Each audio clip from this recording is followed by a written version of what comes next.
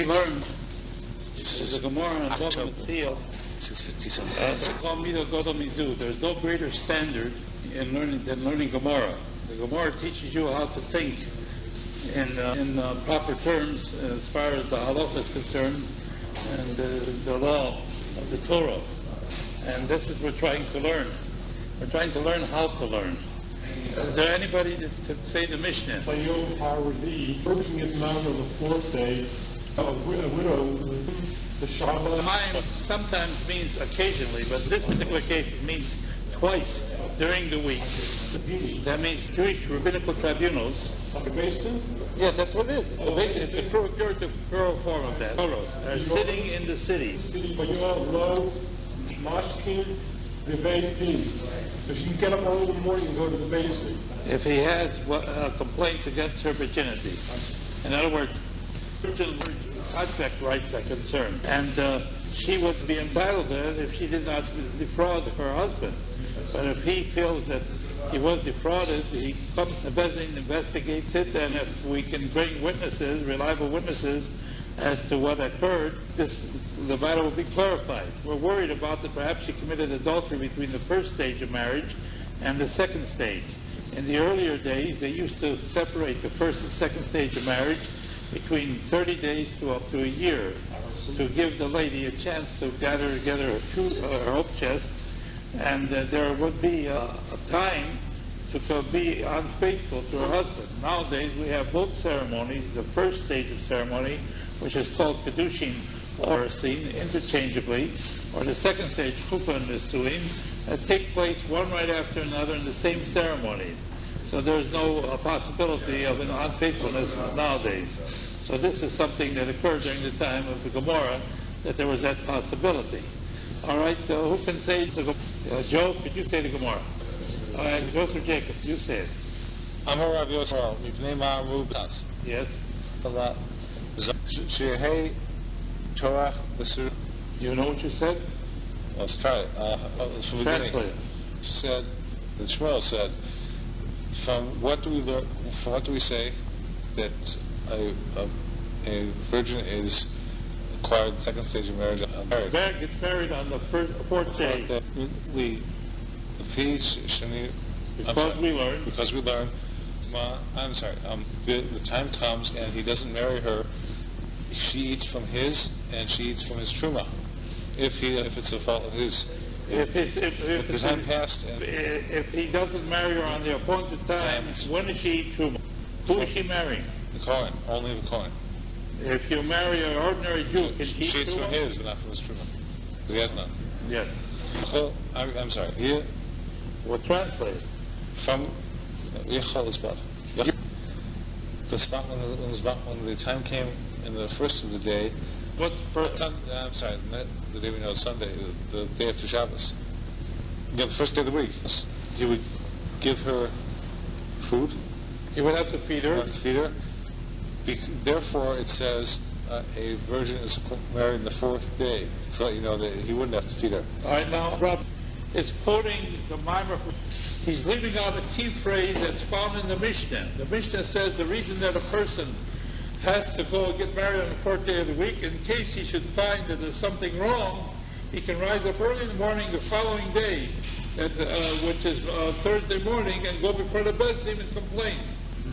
He leaves out that key phrase in the Mimer he quotes from, and now he had been sick, so he catches himself, and he says, Morid Abraham, master of Abraham, like we say, God. He realized that he had left out a key phrase, and he said to him to ask himself questions. The first question he asked, Tanya, am I hanging something that we learned, our Mishnah, with something we didn't learn?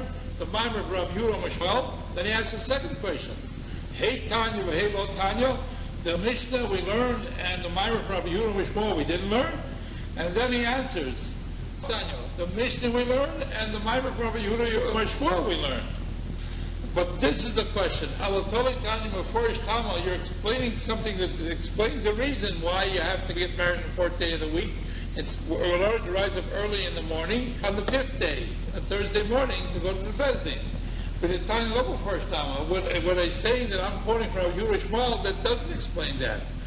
So therefore I left out a key phrase. I have to correct myself. I'll eat more, but if I learn, eat more, this is the way I've learned. Why do we say that a virgin should get married on the fourth day of the week? He not only puts in that phrase. If he does have a complaint against her virginity, he didn't find it, he can rise up early to the Bezdin. So the Gemara now, he corrected himself. So the Gemara asked the question between Osavach with Shabbos.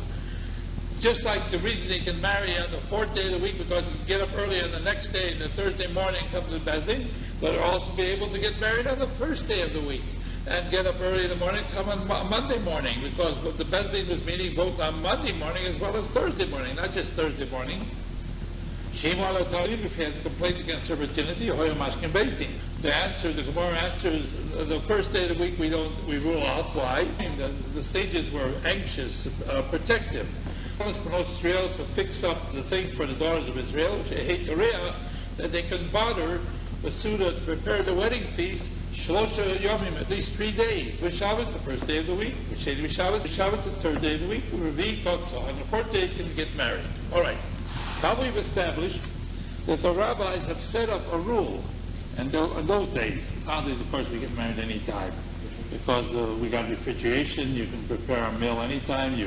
Or you can even pay for it by the caterers, and they'll charge an arm and a leg.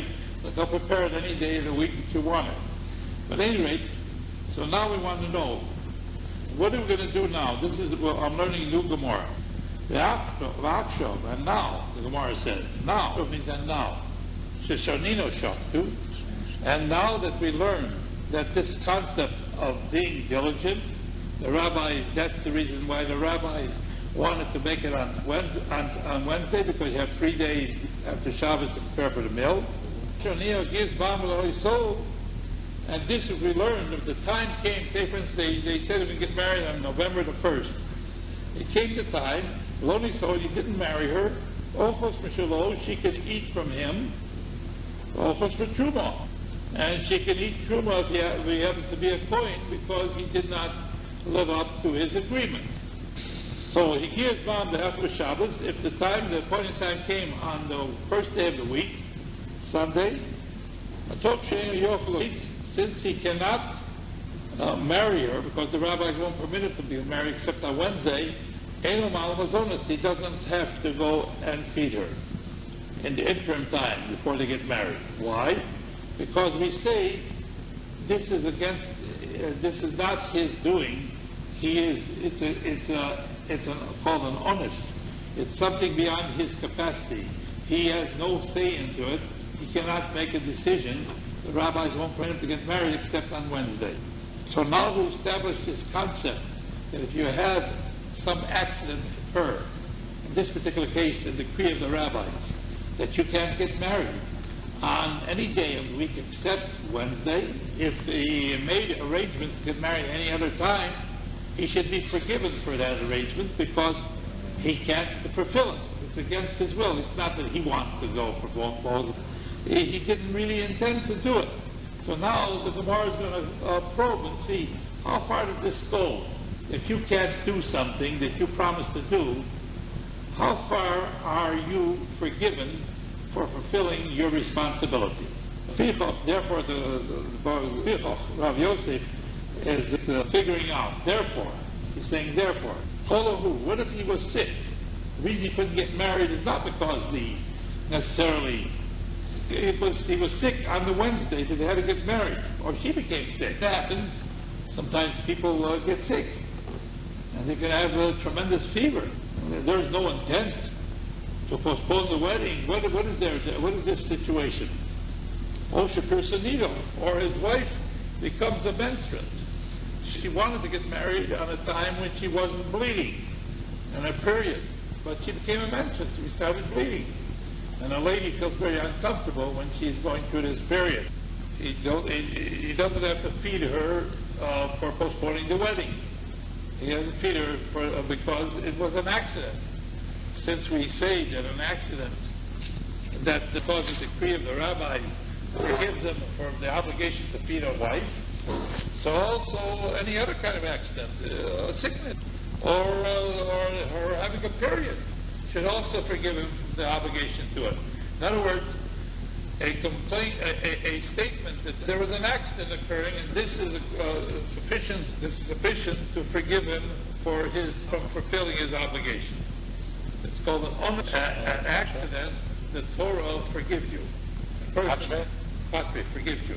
The Torah forgives you for an accident. For instance, the Gemara talks about what if a lady, should have never happened, a Jewish girl is walking in a field and some man jumps on her and rapes her. The man, she was already married to another man, so the man that raped her is to be put to death. But she is not to be put to death because she was raped. It was not her willing to be raped. You understand? It was an accident.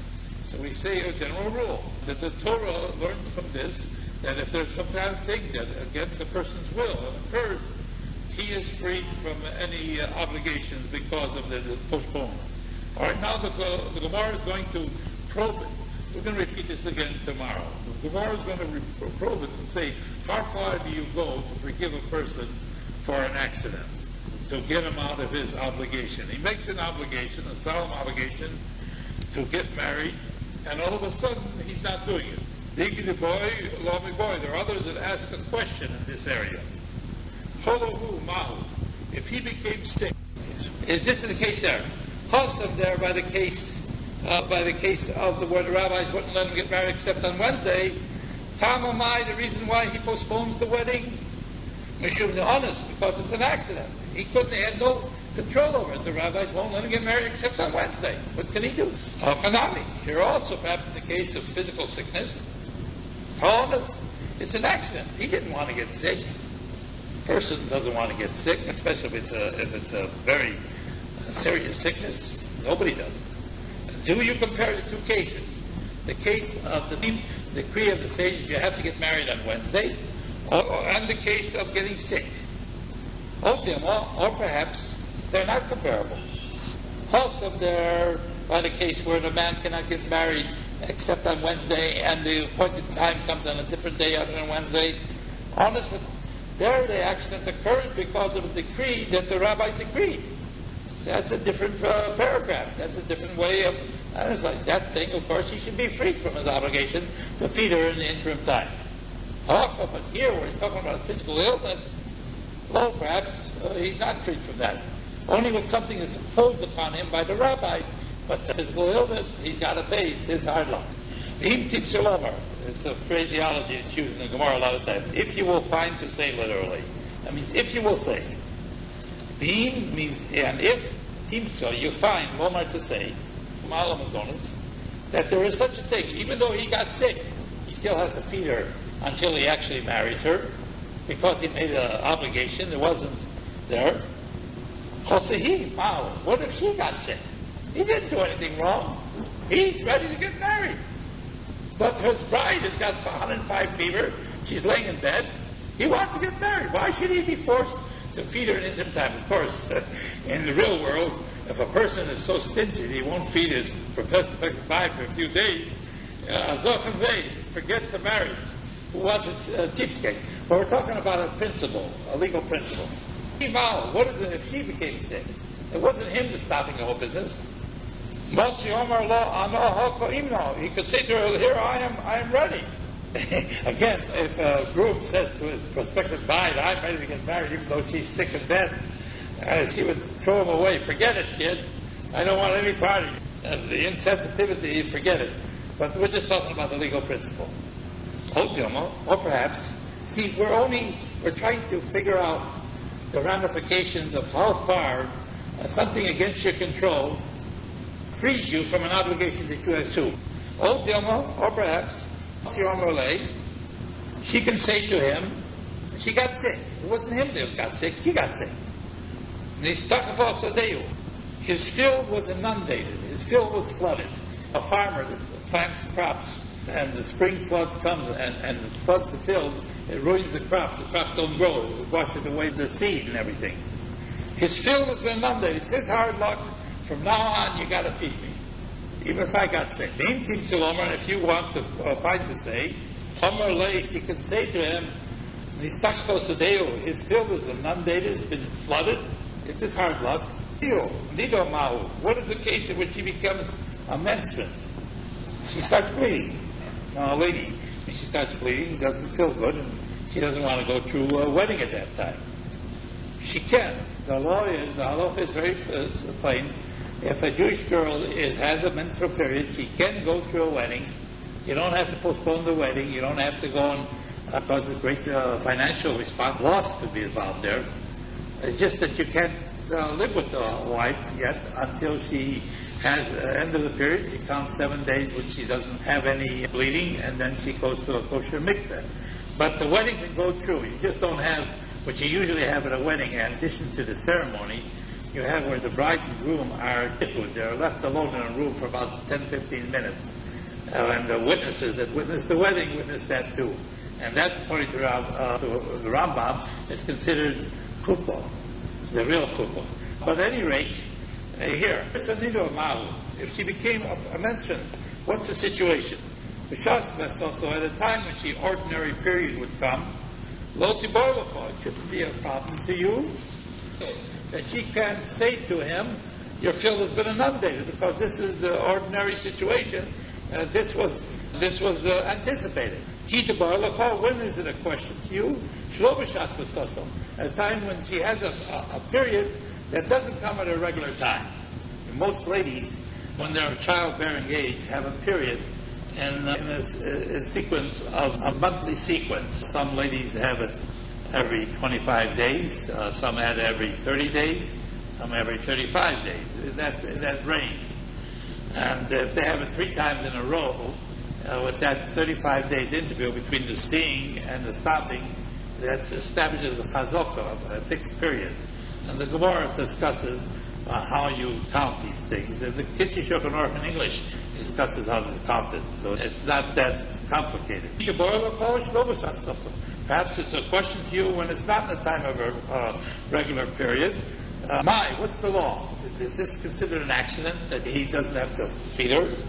Even the law, since it wasn't at the time of the regular period, perhaps she can say to him, today his field has been inundated, it's his hard luck, he still has to feed me.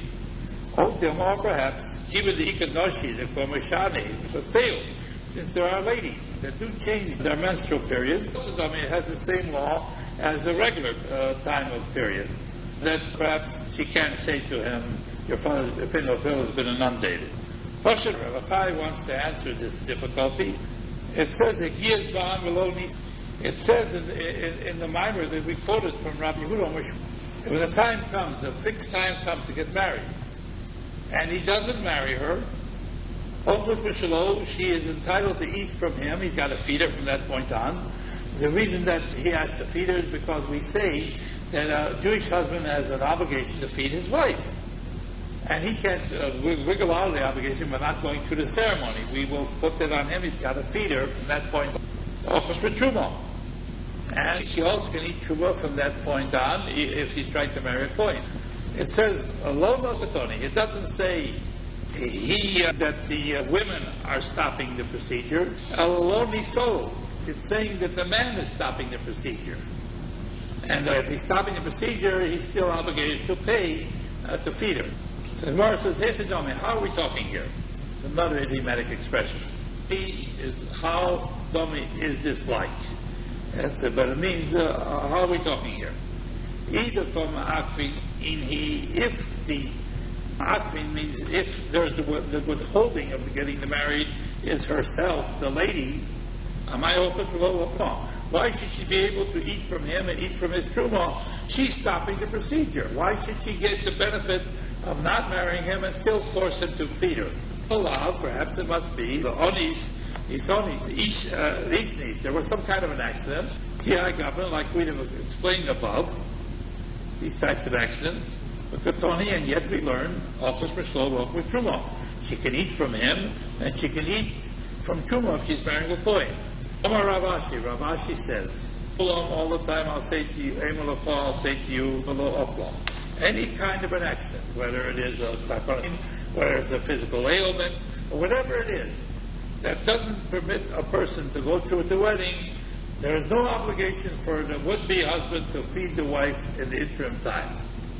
In other words, we say there is such a concept as if there was an action that occurred, this frees a person from the obligation that he had ordinarily would have been ready to assume. Inhu, and we're talking about cases even where the husband was stopping the wedding. And yet he's freed from it if it's an accident beyond his control. He gets sick. Does he want to get sick? God forbid. He doesn't want to get sick. But he can't go through the wedding. We're not going to force him to feed her until they actually do get married. Who, and the truth is, we could learn. The law is we could have learned that he stopped the procedure, and still we don't force him to feed her because it was an accident. But the reason we learned lonely soul in the Mishnah of since we learned the first part of the Mishnah talking about a female, and now we learn also the second part of the Mishnah talking about a female. All right. So this concept, onus of an accident occurring, frees the person from the obligation to feed the would-be wife. Now, we've established that. I'm going to go further, gentlemen, because I'm going to repeat all this tomorrow when Mr. Ellis shows up. You'll just get a benefit of the first point. I'm over it. Now that we know the law that the accident frees a would-be husband from any obligation to feed the wife until they actually do get married, does the same concept apply to divorces? Gittin. This we're talking about Kedushin, marriage. What about Gittin? What if a person gives a divorce paper to his wife? Nowadays, when you give a divorce paper to your wife, if God forbid it comes to such a thing, you give a divorce paper in front of the Beis Din, and there is an immediate divorce taking, and that's fine. But what if some people want to go and postpone the effectiveness of divorce until some future date? And what if, for instance, he makes a condition that unless this happens, she will not be divorced? In other words, he's going through the motions, but he says it is conditioned about something happening in the future. The question is, do we say that a complaint, that an accident that stops something from coming to pass would stop the operation of a divorce? Once you start a divorce paper, it's worse. Omar Rova says, in relation to the subject matter of divorces, any kind of thing that stops the person from going through with divorce, ain't okay. The law is not that way. We do say, if a person gives a divorce on a condition, say for instance, a condition that I won't come until a certain period of time, say 30 days, and he has an accident, he's not able to come, we consider that a full divorce, and we don't say that he can say, I was an accident, I couldn't make it. It's not the same thing. Alma is over Rava, so therefore we see that Rava holds, there's no complaint, there's no statement of an accident that will stop the operation of a divorce. Later we'll try to go and find out the reason. Why is this so? Why do we say by case of marriage, a claim of accident frees him from the obligation to feed a prospective wife, but in the case of a divorce, no excuse will free him from the obligation of letting the divorce go through. Try to find the reason why. So the Gemara is going to go and ask several questions, and each one they're going to go and say that's not a proof. How do we know that Rabbi holds that if you try to make a divorce on a condition, and even if there was an accident that you couldn't fulfill the condition, the divorce is still considered final? Or if you say it from the Snan, we learn in the Mishnah, a person says to his wife, this is your divorce. If I don't come, within 12 months, I don't come back here. And what happens? So he dies within the 12-month period. Is he going to come back? No way is he going to come back. He's dead. And a dead person can't divorce anybody. Ain't no get. We say there in that Mishnah, there is no divorce because she's a widow. She can't be divorced by a dead man. So presumably from that Mishnah, we can learn out a deduction. Meis hudeinu get. If he died, it's not considered a divorce. So look, but what if he got sick and he couldn't come back within 12 months? Hari's again. Perhaps this is a divorce. In other words, the complaint that he was an accident will not stop the divorce from being final. You get that? The Gemara says, it says there that if he died within the 12 months, it's not a divorce. Because a dead man can't divorce anybody. But if he died within 12 months, he made a condition. This is your divorce unless I return within 12 months. He's going on a trip. And he goes to New York, and he doesn't come back here, and he dies in New York. Or Montreal, wherever he goes. He dies in Montreal. So the Mishnah says there that it's not a divorce. Because he's a dead man. A dead man can't divorce anybody. She's free at the moment of his life. She's a widow lady now. So we learned from that Mishnah, perhaps we learned from that Mishnah a deduction. It wasn't sound in what he made in the first place. Huh? His proposal wasn't sound in the first place. Because it was, if he had lived. If he had lived and he had returned within 12 months, presumably the divorce would not be final. But here, we say that it's not a divorce. Presumably, only that great thing of death occurred. But what if he got sick, which is not a death? Perhaps that might be a good excuse for it being a divorce. And this is a proof that a complaint of accident cannot stop the operation of a divorce. In this case, of getting sick. The Gemara says, no, that's not a proof. Why? The Dilma Olam, perhaps I can always say to you, Emlo Nami get. Even if he got sick, it wouldn't be a divorce. If he got sick within that 12-month period, he couldn't return. And all it's coming to tell us is what's in. Look inside. There's no such thing as a divorce after death. He says, this will be a divorce if I return here within 12 months. But he didn't. So there's no divorce, and if he gets sick, whatever? Presumably, maybe that's the divorce. He says, no. He's saying there's no such thing as a divorce after death. What about the sickness family? He says maybe that's a proof that it would be a divorce, and you can't say that an accident that stopped me from coming here because I was sick is a sufficient excuse. Maybe that's where Rova holds it in, that there's no complaint of accident that can stop the operation of divorce. And Bar says, no, that's not so. Perhaps that's what it's coming to tell us in that Mishnah, is that you can't have a divorce after death. Person's dead, he can't do anything. He's dead. And there's no longer any possibility of divorce becoming final.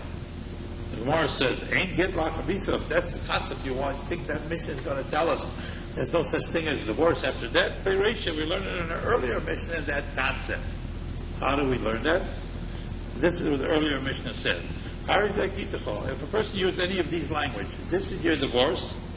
If I should die, he's sick, and he thinks he's going to die, so he wants his wife to be divorced from him rather than be a almona and perhaps become eligible to marry her, or not? What? If does he want to divorce her so she won't inherit him, or does she want to divorce him? Perhaps they had no children, and he doesn't want her to be at the mercy of his surviving brother. Oh, he wants her to be divorced rather than. Says, this is your divorce, mostly if I die from this sickness. Or he says the language, this is your divorce, if I get from this sickness, if I die. Same kind of language. Or a third way, this is your divorce after I die. The halacha is, he said nothing. It has no legal effect. Because once he's dead, everything stops. He can't divorce anybody. A dead person can't divorce anybody. Even if he says, if I die, we're divorced, we not effectuate it. We won't effectuate it. We don't know if that's the law. That is the halacha. Oh, that is the law? Yeah. How do we know that? Little gimel, from Esau. First word in line is hey. Gimel means the halacha. Yeah, that is a cross-reference to Ein Mishpat, Ner Mitzvah, an extreme right-hand corner of your page. And that gives you quotations from the various places. That little Gimel, I'm reading it, Gimel, it says in Maimonides, that's in the Mishnah Torah there, and Halacha Yud Beis, and also Smag, the Sefer Mitzvah, another Rishon, Sham, and Tur Sham, also Sham, and Siman Kuf Mem Hey, Sif Aleph, in chapter 145, the first paragraph.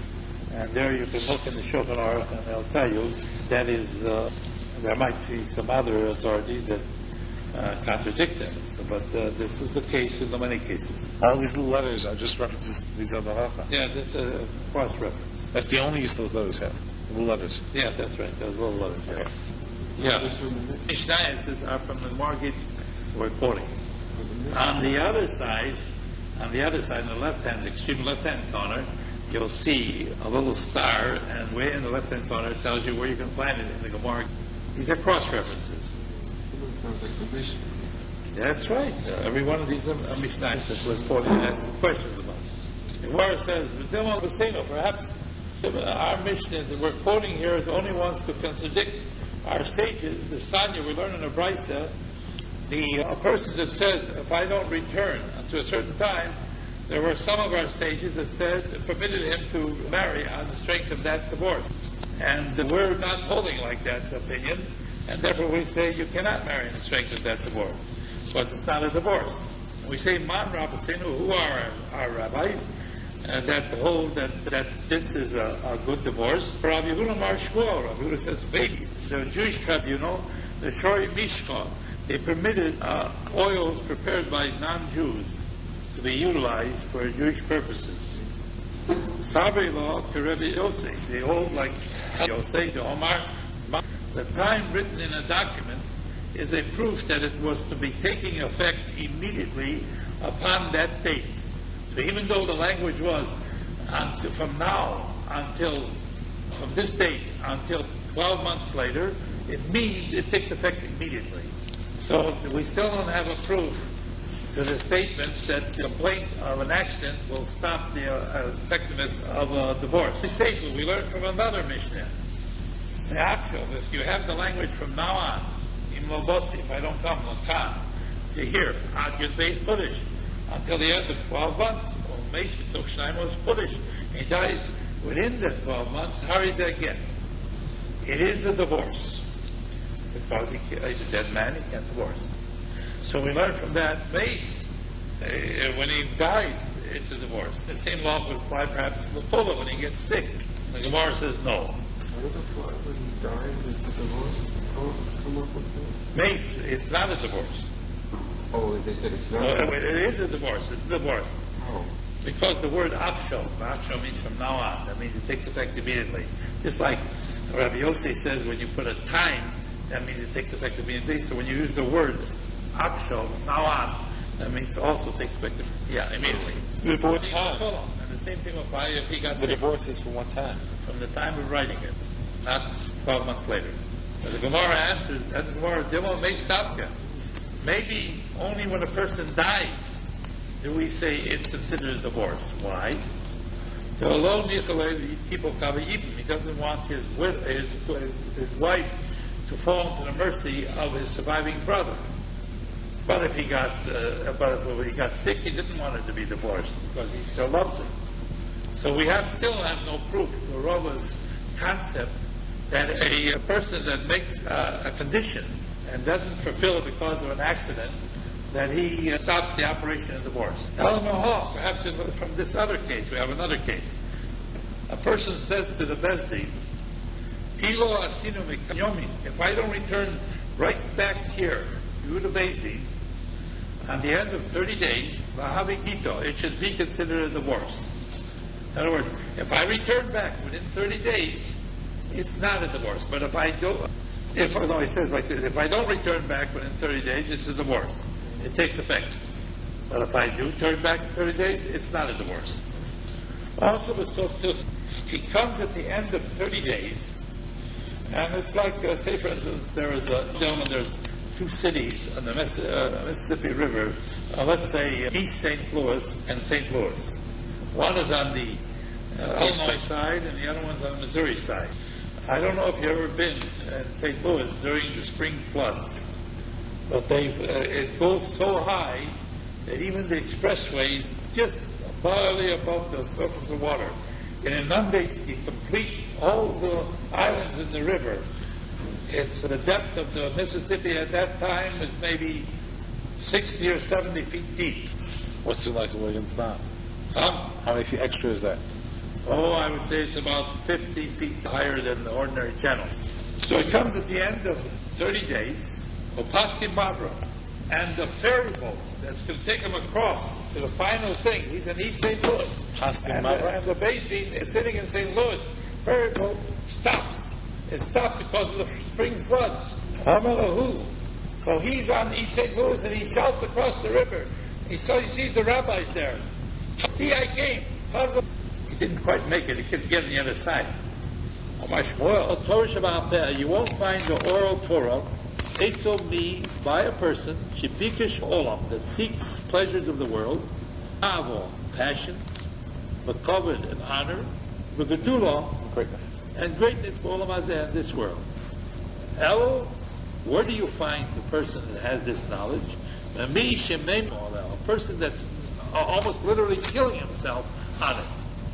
Shenamar, this is the Torah Odom, a person. When he dies in a death. And all means the all of learning. Kak Darko Shatorah, then we have a Mishnah and all those. This is the way, it's actually a Brisa and all those, the sixth chapter. This is the way of the Torah. Pasva Melech Tochel, you should eat bread with salt, tishta, and water with a measured amount, and drink. In other words, you live a very simple type of life. And if God forbid you have to sleep on the earth, you sleep. And you live a life of pain. But you must learn Torah very much, very hard. The word omeo means very hard work. And then the Mimer says in the Brisa, in the 6th chapter of Avos, if you do that, you'll be happy in this world and the world to come. God did not make an agreement, literally a covenant with Israel, only by virtue of the oral Torah. This is the important agreement with God. Shenemar, on the mouth of these words, I cut with you a covenant. Our sages say, God doesn't write in the Torah because of these words. He didn't say because of these words. And he didn't say because of these words. And he didn't say as a consequence of these words. He's mentioning the mount. Zuhi Torah Shabbat, talking about the Torah that comes from the mount, the oral law. It's hard to learn. This gentleman is getting to come constant, but it's hard to learn.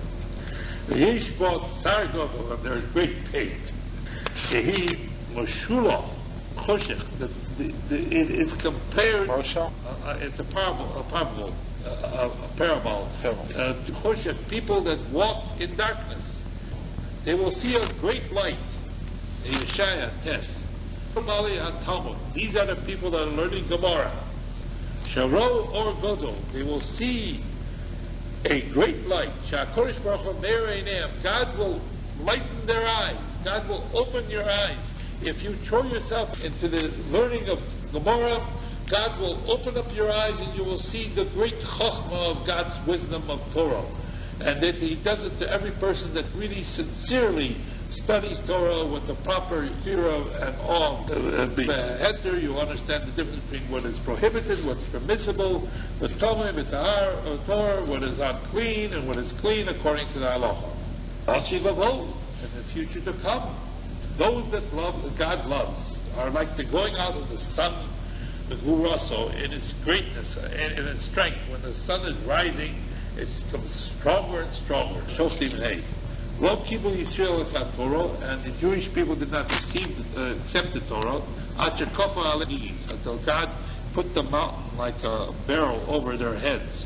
Shenemar v'tachti sahor. They stood under the mountain, literally under the mountain. And the Gemara talks about it. Shabbos, the Makana, from here we are, this is a protest against the willingness of the Jewish people to accept the Torah. They were forced to do it. But then they says, even though that may be true, but later on, in the time of Achashverosh and Haman Russia, they reiterated their commitment to accept God's Torah, and there they did it willingly, because it's either you accept the Torah and get God's protection, or you're dying. So again, how was it arranged, by the way? I never heard details of that. We'll learn the Gemara in Shabbos. We learned it, you remember? A whole month it took us. Yeah. That's the trouble. You've been missing a lot of things here. I've been telling you this for a long time. I'm not just flapping my lips. I'm telling you something that's... Omar Rav Dime B'chamo. Rav Dime says the name of son of B'chamo. Omar Lei HaKodesh Baruch L'Yisrael. The Holy One Atem. If you accept the Torah, Mutal, it will be good. If not, there will be your grave. If you will say, perhaps it means on the written Torah that he put the mountain of them over them. The Torah, isn't it true? When God said, will you accept the Torah? Anukulam, they all answered, Omru Nishma, we will do, and we will listen. So they did, were acceptable. There was not much hard work in learning Tanakh. It's simple Hebrew. Vatzar, and there's not too much pain there. Himut, it's very little. Not some parts of Tanakh is pretty hard to learn. God was telling them the Torah. But it didn't happen yet. The truth is that we have my Morim that says that all the Nevuah that ever was and ever will be was said at Sinai. So they have a Morim for that. I've made notes on this. I've called out through Shas. I really should publish it. I'm just putting them down in order. That's one I finished a little bit about. Nothing is really finished, but I'm a mark to that thing. So they learned during the 40 years, they learned the whole Tanakh, even though it didn't happen. They learned the principles because they were taught by prophets, by Moshe Rabbi. They were prophets, and they were teaching them what would be. Even the Noah learned Torah before it was given, so no problem. He said to them, I'll Torah on the oral Torah, She'eshba diktuki mitzvahs kalos chamuris. There is the specifics of the commandments, the easier ones and the more difficult ones.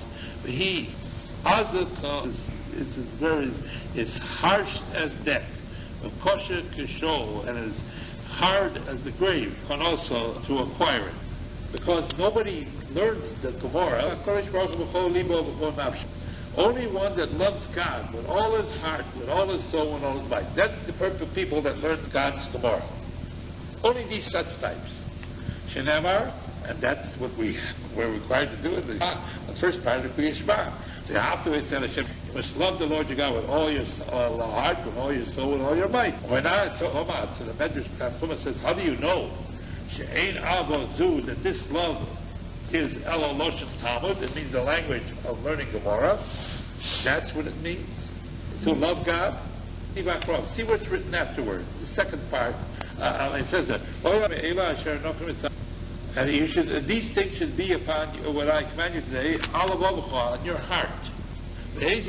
What's that? That Talmud. This is talking about the Gemara. It's on the heart, it's on the intelligence of a person. Because you're learning Torah, learning Gemara, you have to learn with Koch, with your intelligence, otherwise you don't grasp it. Avi Omer, you're learning Shinamtem, you should teach it diligently to your children. Zu Talmud, it's referring to the Gemara. It requires diligence. You cannot learn it unless you sharp understand the consequences. Parsha Rishona Kriya Shema, the whole parsha, the first parsha of Kriya Shema, there's no explanation of any reward given in this world for fulfilling death. Even though it says you've got to go all out in serving God. Like it says in the second part of the Kriya Shema. If you will listen, you have your range at proper time, and you have the other things. I will give the reins of your land. So, what's the second part of the Kriya Shema talking about? Schar Oski mitzvahs. This is the reward given to people that engage in other mitzvahs other than learning Torah. Or fulfilling the Torah, the written Torah. But again, I can't feel the written Torah unless you know what it means. But they're not learning Gemara. Shnia, in the second part of the Kriya Shema, see it's written, with all your soul, with all your might, Anybody that loves osher, wealth, natan, and pleasures, enu yokel lamot Torah Shabbat Peh. You cannot really learn the oral Torah, the Gemara, the Pishesh Bot Sar Godol, because there's a lot of pain attached to learning. When Nidot Shino, sometimes you lose a lot of sleep over it. And it's usual atzmo, the person has to really make himself humble, lower himself on it. Therefore, the reward given for such a person is the world to come, because such a dedication, such a sacrifice in this world deserves a reward in heaven, because this is not a reward that is fitting to give now, because such a person is going all out in the service of God. Well, help people to whom it comes naturally. Wonderful. Halavai, you should all have that. This is the average person. Not the average type. Koshef, the people that walk in darkness, they'll see a great light. Or Godel, Yom Rishon, the light that was created in the first day, Shegonzu Torah Shabbat Peh. That God set it aside for those that work hard in the oral Torah, that's in the Gemara. The Yom of Alayla, day and night. She was Chusan because of their merits, the merit of the people that learned Topeh, the Medrash, the Gemara, and the Talmud Kushya, all of them, on their merit, the world continues to exist. Here it is, gentlemen. This is the most important thing. And I wanted you to learn this Medrash because unless you learned the Medrash and saw it yourself, you wouldn't believe that this would be the case. But in fact it is. So says the Lord, if I did not have the covenant of day and night, what's the covenant of day and night? We'll learn Bible, learn Torah day and night.